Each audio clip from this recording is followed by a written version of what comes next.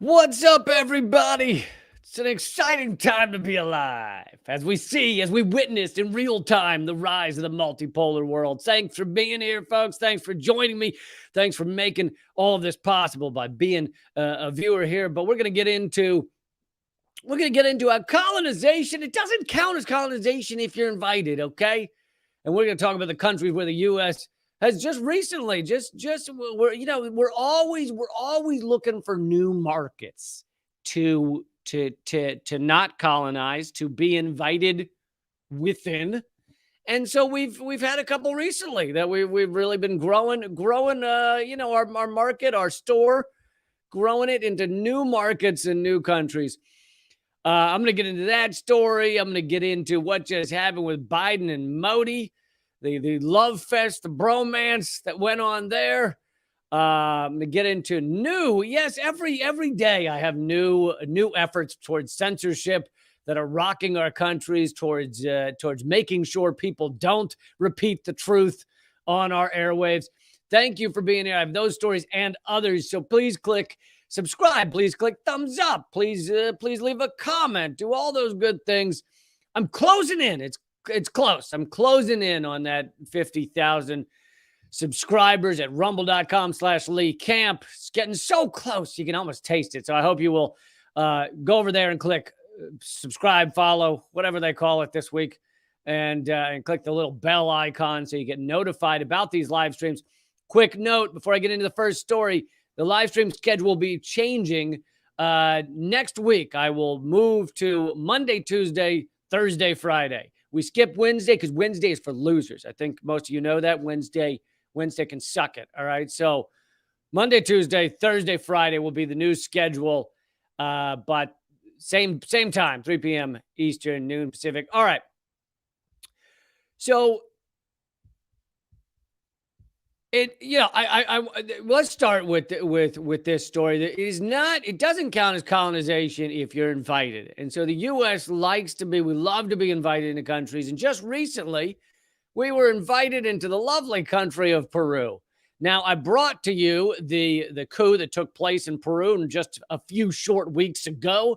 I brought you info on that. It was really a lawfare coup. It was done at the advisement of the United States, even with public photos of CIA agents, former CIA agents meeting with the head of the Defense Department in Peru the day before it went down.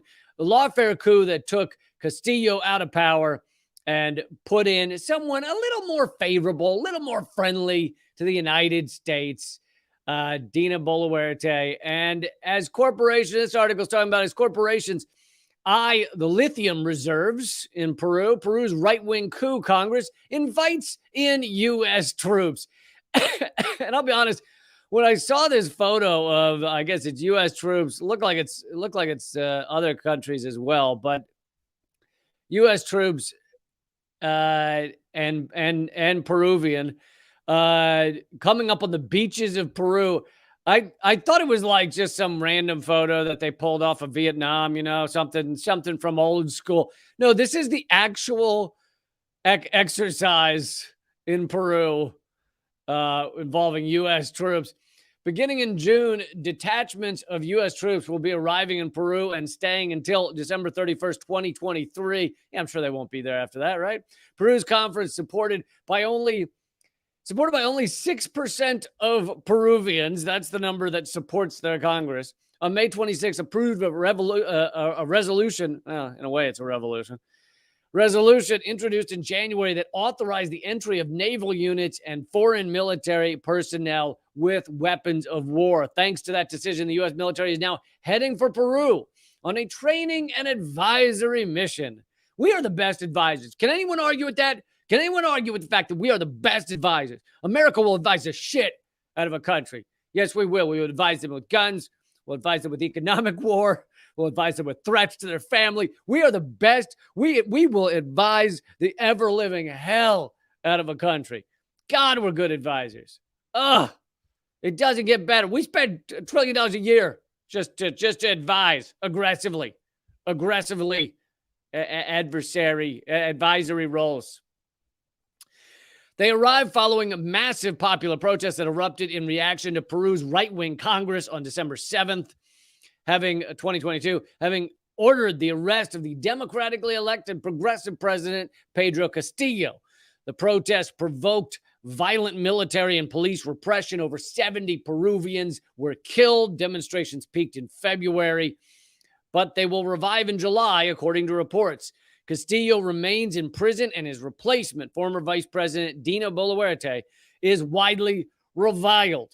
The Inter-American Commission on Human Rights recently issued a report documenting serious violations by the police and military that took place shortly after she became president. Peru's public ministry investigating the presumed crime of genocide. So the U.S. has been invited, our military has been invited into Peru, but I cannot stress this enough. It is not colonization if you're invited. We are like vampires. We have to be invited in. No, actually, we're not like vampires. We actually do not need to be invited in. We will go either way. We prefer to be invited in because it makes the sucking of your life force out of your country so that you are just a shell. You're just a mushy blob of flesh left over afterwards. It makes that process easier if you just invite us, but we'll go anyway. We're very much not like a vampire. But it really, folks, people call this colonization. They call it imperialism. They call it all these awful things. They invited us, okay? They told us to show up and ruin their country. So what are you whining about? Sure, we helped put in the president that would allow for such a thing, but still, they invited us, okay? It's like when so many other countries have invited us. Venezuela invited us to come into Venezuela. Sure, it was a pretend president, Juan Guaido, that we never had any power, but we said he did, and we said he was the president. He invited us to invade their country. It is not colonization if you've been invited. And that's how our foreign policy usually works, you know?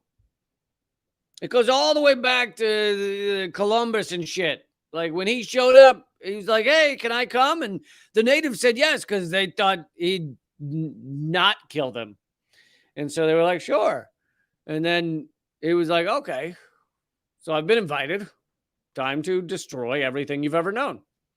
It's an old trick, but it's friendly. And we are not colonizers, okay, in Peru. But it did not stop at Peru. There's another country that just this week we have expanded our presence within. This one we've long been a participant, to use a nice term, in this country. Philippines. April 3rd, 2023, Deputy Pentagon Press Secretary Sabrina Singh announced the United States expanding into 4 new military sites in Philippines. We are expanding our military footprint in Philippines because they invited us. They asked us to do it. It's not our fault. In addition to the 5 existing sites, these new locations will strengthen the interoperability of the United States and Philippine armed forces and allow us to respond more seamlessly together to address a range of shared challenges in the Indo-Pacific region, including natural and humanitarian disasters. Yeah, that's right, folks. No, not only do we already have 5 military bases in Philippines and we're looking to add 4 more, but we are there to help with humanitarian stuff. That's why we're there. Why are people acting like it's anything other than that? We have been invited to the Philippines to help the peoples do the things, okay? God damn it. So we're growing our presence in the Philippines. And no, I don't know why this webpage, Dissident Voice, decides to keep everything so narrow. They very much want everything in the tiny center of the screen. But you might notice something about this map of where Philippines is. I don't know if you noticed that it happens to be near something. Clearly just a coincidence that Philippines is within spitting distance of Taiwan and China, and the U.S. just announced they're putting 4 new bases in Philippines. There's no connection there, right? That it has nothing to do with surrounding China with U.S. military bases as we've been doing for years. It's just a coincidence. All right. The whole reason we're in Philippines with what are we getting up to? 9 military bases? Is that what we want? 9? The whole reason we're there is because it's a nice, sturdy island chain that can handle lots of military equipment. That's the only reason. Not because it's next to Taiwan, a country that we're trying to create a proxy war there, just like we did in Ukraine with Russia. We're trying to create a new proxy war in Taiwan, despite the fact that official U.S. policy, if you actually read it, says Taiwan is part of China. But that doesn't stop us from trying to create a new Cold War and trying to push China into some sort of, I don't know, nuclear standoff. I don't know what the fuck we're hoping for. I mean, I do know, actually, we're trying to stop the multipolar world from rising, which it is. We're trying to stop these other countries from having sovereignty, from having their own decision-making ability. We're trying to maintain an empire.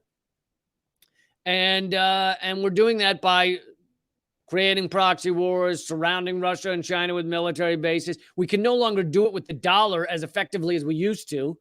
So now we're doing it more and more with military. That is the one thing we still have full dominance around the globe is military. But of course, with nuclear war, no one wins. Everyone just, it's all over for everyone. So that kind of hurts the whole, we have military dominance. Well, if someone else can pull the pin on the grenade and fuck it all up, then no, you don't have military dominance. But so we have continued our some people call it colonization. I call it aggressive friendship, aggressive camaraderie with Peru and Philippines. It is gun-based friendship at the barrel of a gun. You know, that's the best kind. It's the best kind of friendship. So yeah, the U.S. continues to spread our military bases. We have somewhere around 800 to 900 around the world. Depends, you know, because we have a lot of black military sites that you're not told about that are supposed to be secret. Sometimes we find out about them in other ways. One of them we famously found out about in Africa because the soldiers were running around the base with their Fitbits on. I'm not kidding. For those of you who missed that story a couple of years ago, we found out about a secret military base in Africa because the soldiers' Fitbits were tracing the outline inside the base because they didn't want to run outside the base because, it turns out certain people want to kill them because, you know, they're colonizers. I mean, no, we were invited. We're not colonizers. We are friendly vampires. But so they didn't want to run outside the base, so they're running inside the base. And so Fitbit's like, that's interesting. There's a perfect outline of a bunch of Fitbits going around a base in Africa. I can't remember which country it was in. But anyway, so 800, 900 military bases, and we're expanding. And Peru, as many of us said when the coup was going down, when the U.S. was helping to create a lawfare coup in Peru, what happens after a left-winger, a leftist? You know, some people argue Castillo is not as left-wing as many people wanted, but still far more left-wing than what there is now. And when they're taken out, whether it be with a bullet or with a lawfare or with prison or what have you, generally the follow-up, the puppet that goes into power afterwards, invites American invasion. Says, yes, we need American troops here. We need American firepower. We need the empire. Come on in. We miss you. We miss you. And that's exactly what has happened in Peru. And of course, there are lithium resources there. There are other kind of resources. But okay, let's move on to Biden and Modi's bromance that just took place, and I'm gonna show some of this clip from the White House press conference about it in a moment. But U.S. woos India's far-right Prime Minister Modi to help wage a new Cold War on China. So what's behind this is that the U.S., obviously BRICS is getting more and more powerful. The U.S. dollar is losing power. There's a multipolar world growing, and the U.S. needs to try and pick that apart. So they're doing it. The U.S. government is doing it via proxy war in various places. They're not really succeeding, but they're trying to do it via proxy war. But they're also doing it via some diplomacy. I can't believe the U.S. ever used diplomacy, but by reaching out to some of the most far-right, most disgusting governments and saying, we want to be your friend again. We're sorry. All that shit before is water under the bridge. Let's move on. So they had a big show last week by bringing Prime Minister Narendra Modi to the U.S. Narendra Modi, and they rolled out the red carpet, despite the fact he's a far right winger. He has connections to fascist Hindu separatist groups. This is not a good guy, but the U.S. doesn't care, right? Doesn't matter as long as he's going to help us try and fight a new Cold War against China. And Joe Biden rolled out, it says in the article, proverbial red carpet for Modi, touting a new era to strengthen our partnership for decades to come as the U.S. seeks to recruit India for the new Cold War. The two leaders released a joint statement implicitly criticizing China and Russia. Reuters made it clear that Washington wants Delhi to be a strategic counterweight to China, and that the two leaders signed deals on defense and commerce aimed at countering China's global influence. Because what's really threatening to this globe is China's influence, not the U.S. influence that has killed 6 million only in the global war on terror. 6 million have died just in the past 20 years. It doesn't even account for the other economic wars that have been killing so many around this globe, against Venezuela and so many others. But China's the real problem, right? So we need India, and so we act like we're this neoliberal state that cares about human rights and cares about this stuff, and we don't at all. But so they went into wooing Modi. They brought him here. They served him. They wined. They dined him. Who knows? Maybe they gave him a fly on the Epstein jet, because I assume Epstein doesn't need it anymore. So, they can use it for those kind of things. But here is during the press conference on right after this took place, during the press conference, they had the spokesperson, the national security spokesperson, John Kirby, speaking to reporters. And this the question you're about to see tells you a few things. It tells you that the U.S. continues our new Cold War against China, and we act like it could pop off into hot war, which of course would be the destruction of all of us. So it's dumb to even pretend that's an option. But on top of that, this question that you're about to see shows how our mainstream media pushes for this shit. They push for new Cold War. They push for us to be at the brink of nuclear war. They push for the fucking worst world you can imagine. Our mainstream media sits in these ivory tower rooms, and they say, are you sure you don't want to go to nuclear war? Are you sure you don't want to push China a little more? Are you sure? Is India going to help us to push China into war? I mean, it's just breathtakingly repulsive. But take a look. On Taiwan and India, what does the U.S. expect India's involvement would be at this point if China were to invade Taiwan? That's up to the Indian government, Prime Minister Modi, to determine. So you can't say anything about whether anything was discussed along those lines with... As I said earlier, clearly our mutual challenges with the PRC in the Indo-Pacific was a matter of discussion.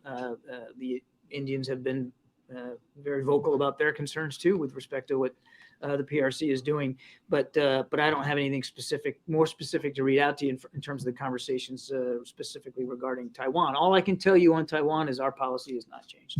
And then on the adventure. So, like I said, this mainstream media reporter is trying to push the spokesperson for our national security. Like, is India going to help us in a war over Taiwan? Are they going to help us in our proxy war that puts us ever closer to nuclear war? Is India going to get involved too? Like, basically begging for a war to spiral out of control into some kind of world conflict. That's what our media does. It never does the opposite, right? You never see those rarely. Occasionally you'll see some journalist from another country ask a question like this, but in general, the press corps that is allowed in that golden room, they're never going to say, hey, how are we going to make sure that if conflict begins, it doesn't spiral out of control and doesn't involve too many countries? How are we going to make sure that that we allow China room so that we are not pushing for some sort of hot war? How are we going to allow for cooperation? Is India going to get involved in helping us solve our problems with China without war, without weapons, without warships, without jets and bombs and murder? How is India going to help with that? Right? They never ask that question. Instead, they ask the reverse. They say, is India going to jump in on this thing? If we start shooting guns, firing bombs, are they in it with us? That's the only question they'll ask, because our media is always pushing for more of that. They're pushing for the most disgusting, horrific scenario, and that is how that media personality got that job, right? That's how you work your way up in that media. If any of those journalists ask the opposite, they are kicked out of that room, and often they're kicked off of that network. So that's what you're seeing right there. But then, of course, this also speaks to Kirby's answer. I'm not getting into any of that. Also speaks to the U.S.'s right now. We have a completely nonsensical foreign policy because we are a cornered tiger. We are trying to keep hegemony. We're trying to keep empire around this world. So we've created this new Cold War against China as best we can. But at the same time, the U.S. is realizing, oh, we have waning power. Our power is decreasing. And we cannot fully disentangle from China. China is a massive power with massive corporations, and our corporations sell crazy amounts of products to their population, and they get stuff made for incredibly cheap there so they can sell it to the American population. There's so many ways that the U.S. and China, not to mention them owning most of our debt, is irrevocably intertwined. So the U.S. is trying to be friendly to China. At the same time, we're trying to provoke proxy war over Taiwan and align with India against China and split Russia from being friendly with China. All of that is going on simultaneously. Biden, back, in front of donors quietly, although it came out, is calling President Xi a dictator. And then publicly, at the same time, Antony Blinken's meeting with President Xi. It's like, you can't have it both ways. Either you get to have diplomacy with China, or you get to be a twat bag to China. You can't really try and do them both, because China looks over and they're like, I think you're full of shit. But all right, I wanted to show you just that the garbage that comes out of these press conferences, a little taste of it. I watched more than that, and honestly, it's all so pointless. It's all so meaningless that I just couldn't. I couldn't foist more than that on you. It just wouldn't be fair. It'd be cruel. Okay, I want to get to in a moment to Zelensky's declaration on democracy in Ukraine and how important it is. I'm kidding. It's not important.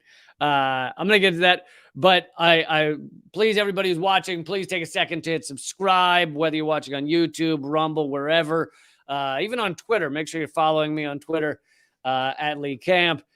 And in a few minutes, in another 10 or 15 minutes, we'll be going to justrumble.com/Lee Camp. But for now, we will continue everywhere. And also, of course, my locals page will continue there. Couple of comments real quick from those over at leecamp.net, which is my locals page. Jensu says colonization is like a colonoscopy without the benefits. Never thought of it like that, but all right. Jeffrey Cassidy says, Zaporozhye NPP false flag coming. Beware, folks. That's the nuclear facility, I believe. Kooky57 says, we are such helpers. We can be consultants too. Think of all the advisors we sent to Vietnam. We are. We're the best advisors on the planet, man. We will advise the shit out of your people. Sometimes our advisory role is so impressive, so strong that a lot of people die. They die in the crossfire, their advisory collateral damage sometimes, because we will advise. Will we advise. Jensu says the U.S. Navy stopped at a port in Vietnam. Dr. Todd X says extractionalization. I think he's talking about the lithium in Peru. That's what the Monroe Doctrine is all about. Patchouli Diver says we're the +1 of colonization. All right, so I want to get to, let's move on to what Zelensky has just said about, so we're over in Ukraine fighting for democracy, right? That's why we're there. That's why the U.S. goes everywhere. We're fighting for goddamn democracy, and we just can't stop. We want to stop. We're tired. We're tired of fighting. We want to stop, but the problem is democracy is always there. It's always on the edge. It's always on the brink, and we got to get over there and fight for more democracy because it never lets up, right? Our job never ends.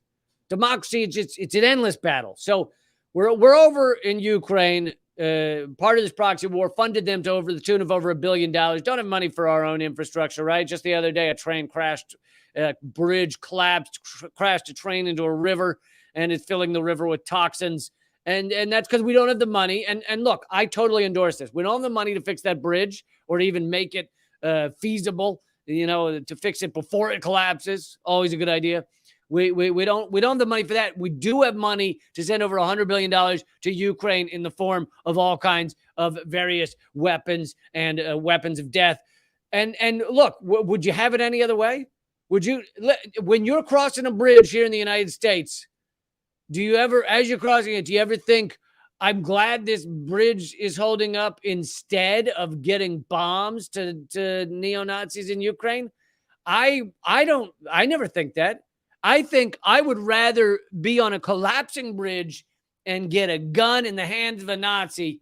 And when I say Nazi, I mean literal swastikas on the helmets, okay? New York Times even covered it the other day. I did a segment on that as well. Some of them have swastikas on the helmets. New York Times covered that and said, ignore the swastikas on the helmets.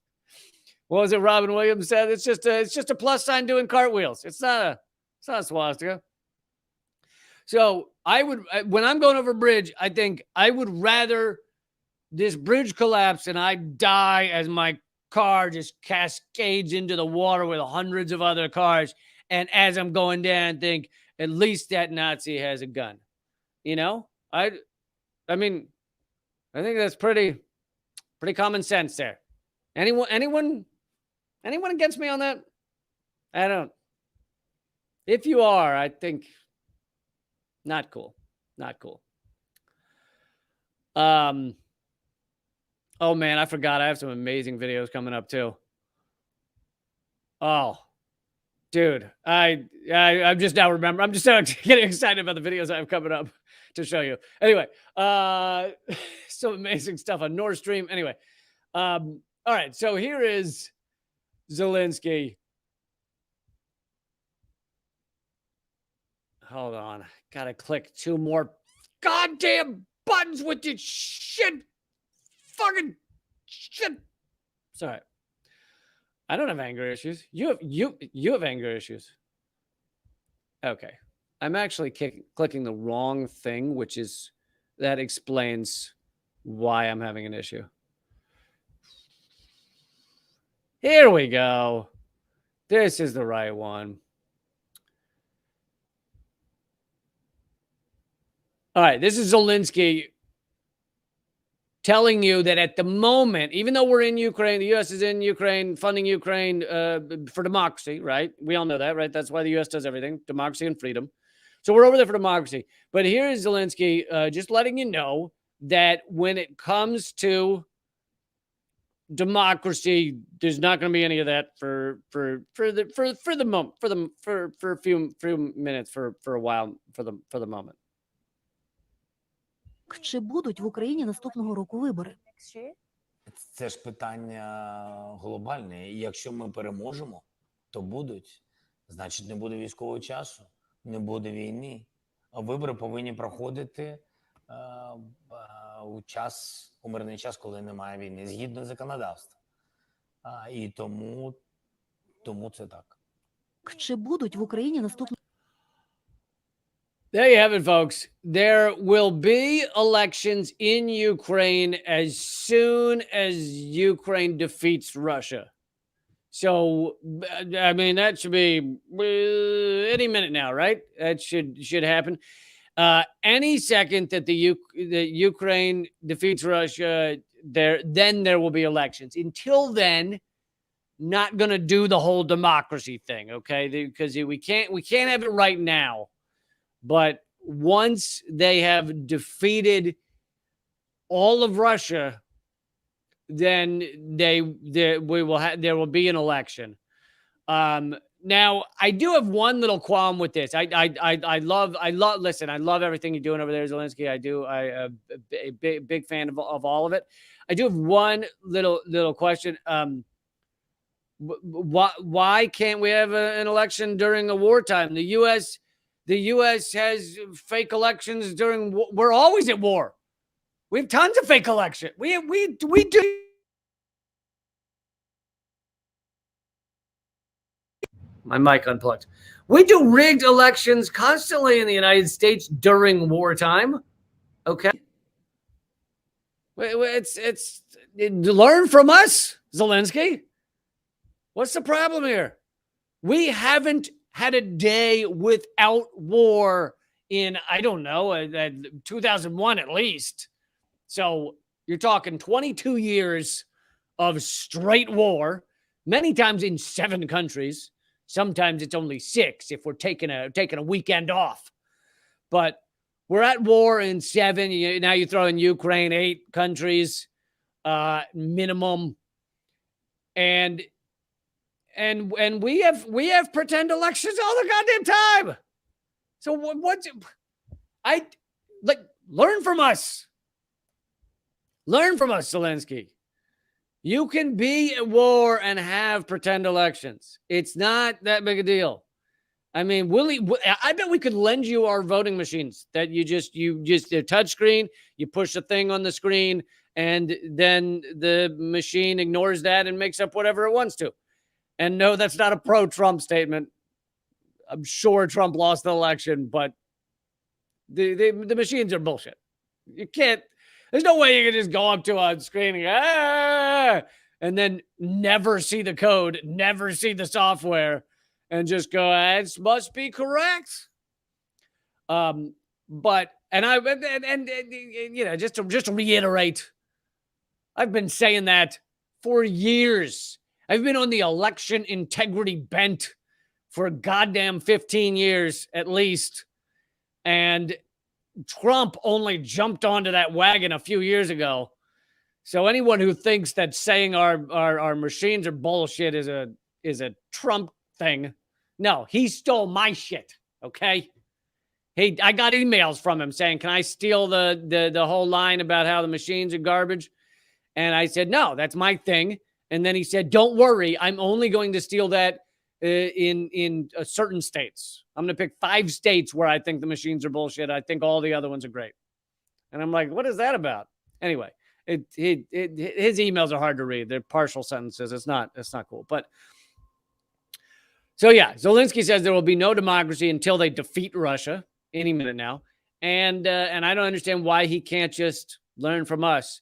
Also, could someone buy that man another shirt? Just like a reddish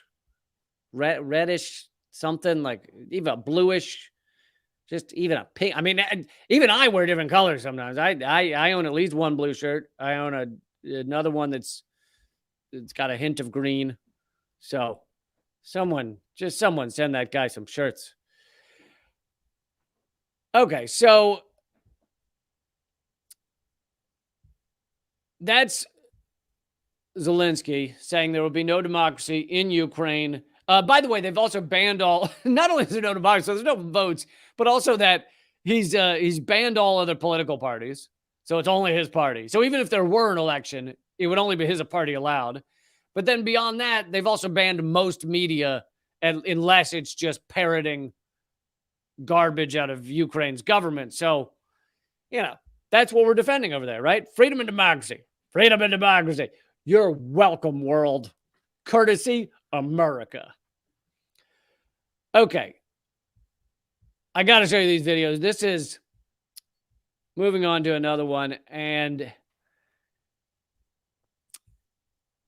this is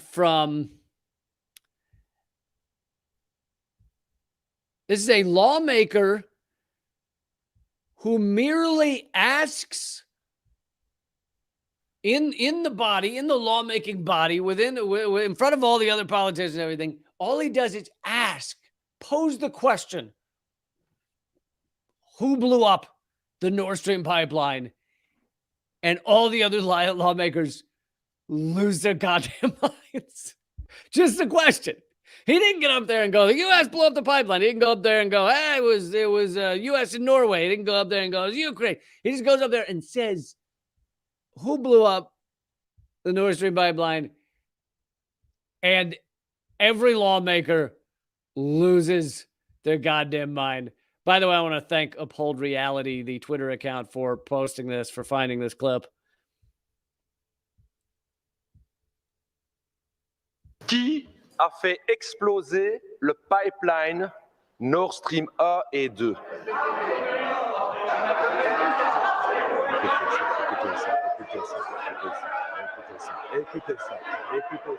Écoutez ça.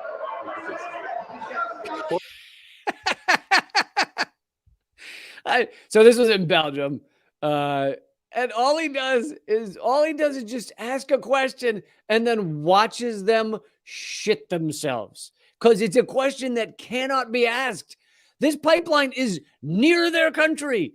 It sets a precedent of the U.S. or other countries or whoever. Let's say you want to believe it wasn't the U.S. Whoever it was, it sets a precedent of you can just blow up other countries' pipelines, blow up their critical infrastructure, right? We hear that here in the U.S. You can be arrested for spray painting. Go fuck yourself on the side of a pipeline because it's critical infrastructure. You can blow up critical infrastructure of other countries that you're technically not at war with, and there's no ramifications, and you can't even ask the fucking question. You can't even say, hey, who did that? Anyway, let's continue for a second. Pour l'ensemble des gens qui nous écoutent. Hold on, do you guys want to see them lose their shit again, don't you? Qui a fait exploser le pipeline Nord Stream 1 et 2?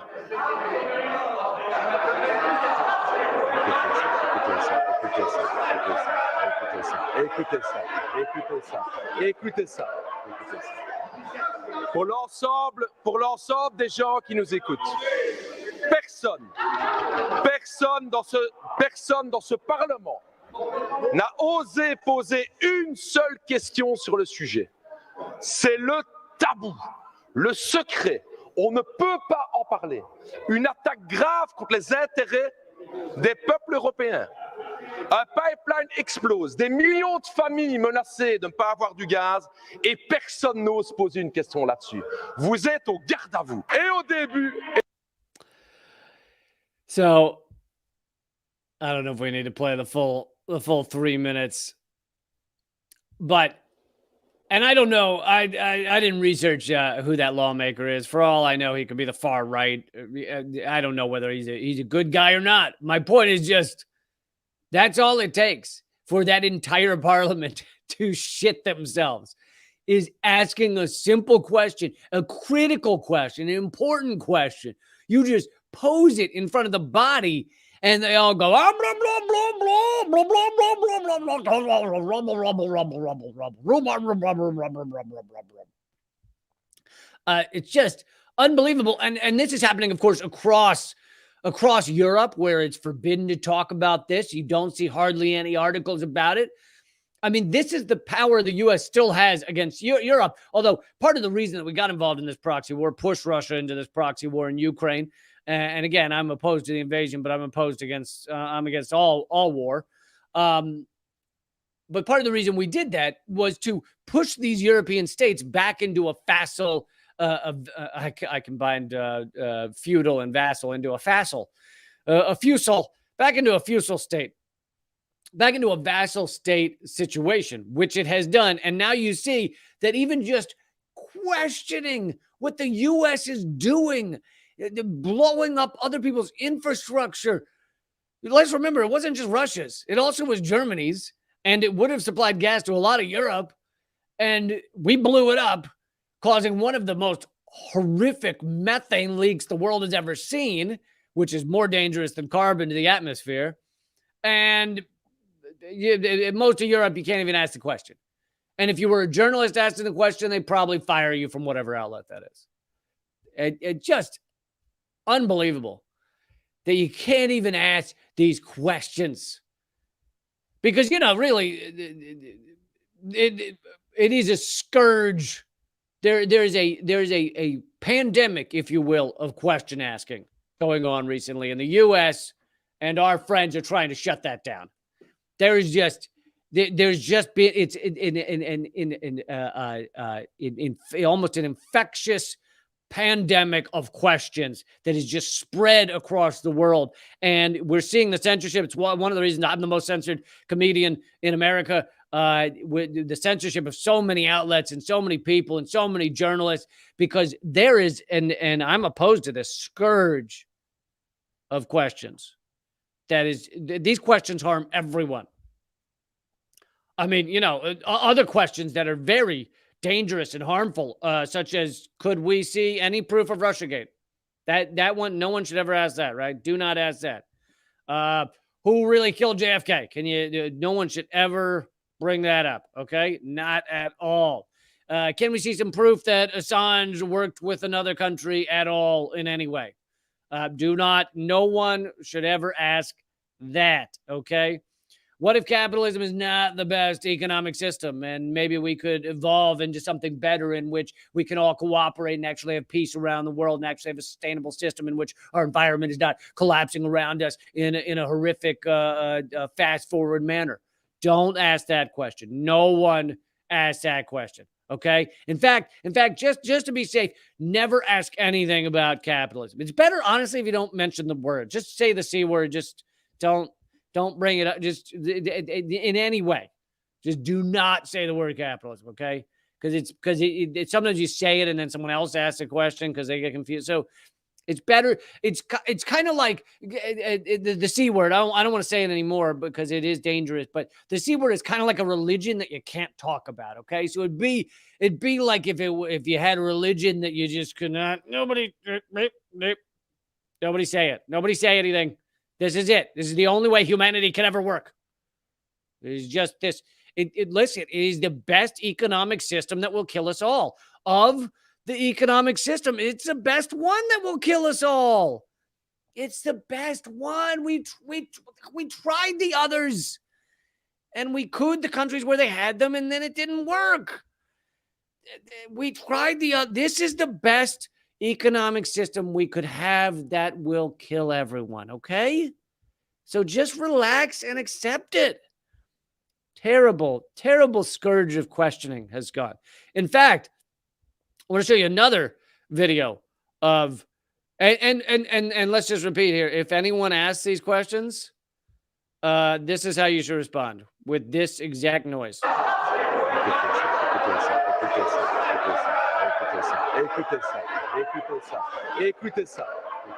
That one. That should be your noise. If anyone asks any of those questions, just go like a seal that's just had a harpoon stabbed through it. Do that, okay? But in this scourge of questioning, this pandemic of questioning that is really horrific, and everyone should stand against it. Here's another one. This is the foreign minister of Hungary giving in to these horrifying questions. Oh, actually, I'll play that video in 1 second. Join me at rumble.com/Lee Camp. That's rumble.com/Lee Camp. It's free to watch over there. You can join me over there. Please hit subscribe when you get over there. And again, I'm not hiding anything. It's free to watch. So go join over at rumble.com/Lee Camp. The other streams, with the exception of leecamp.net, my locals page, the other streams will be stopping right about now. However, join me at rumble.com/Lee Camp. That's rumble.com/Lee Camp. That's rumble.com/Lee Camp. Rumble.